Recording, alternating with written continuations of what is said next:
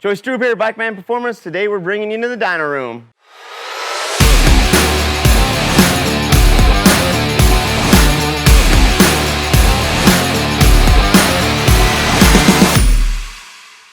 This is Luburgh's number 7 UTV race car. It's an XP Turbo.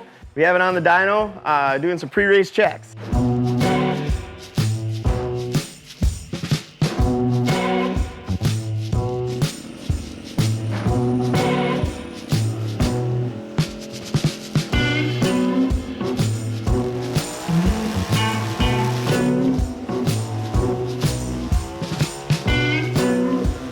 While we have it on the dyno, we do a lot of checks, whether it be horsepower, what AFR the engine's running at. We can measure how much heat is going on inside the clutching. So it's a huge tool. It's a pretty simple setup. We set it on the dyno, strap it down, make sure the wheels are lined up on the rollers. Then there's some torque arms inside this unit here, along with an eddy brake, so we can control the load and we can simulate what the racetrack, what the sand, what the trail is doing.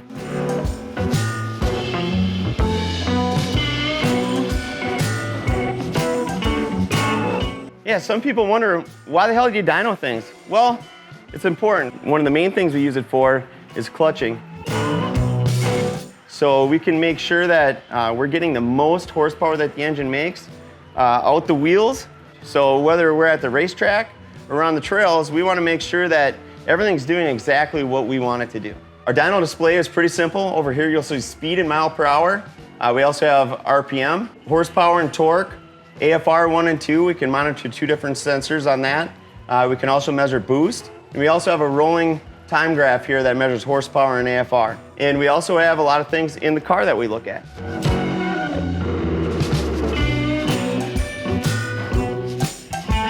While we're in the car, we have a few different things we can look at.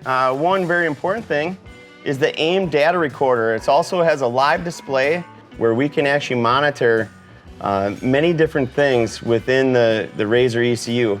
So we can see a bunch of different things about the engine while we're running. We can see from intercooler water temps to oil temp to oil pressure. We have coolant temps. We have charge air temps, so that the temp of the actual air going into the motor before and after the intercoolers, before the turbo. We have voltage. We have many different resources within this that we can record, and then we can compare that and see, what the belt temp's doing and what the, coolant temps are doing, what the most ideal coolant temps are. So basically, we can use all this information in conjunction with the dyno computer and see where our optimal places are to be. And then we can make changes to our race car from there and make sure that we give the race car every chance it can to maintain the optimal temperatures.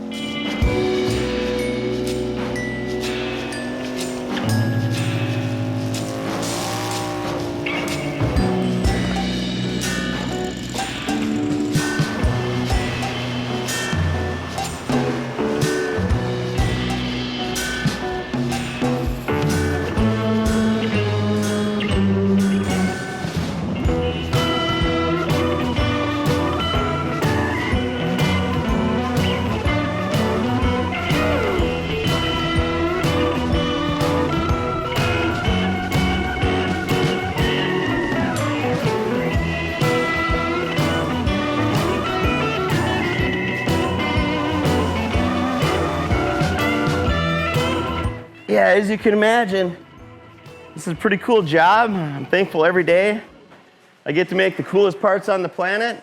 Go check out all them cool parts at bikemanperformance.com.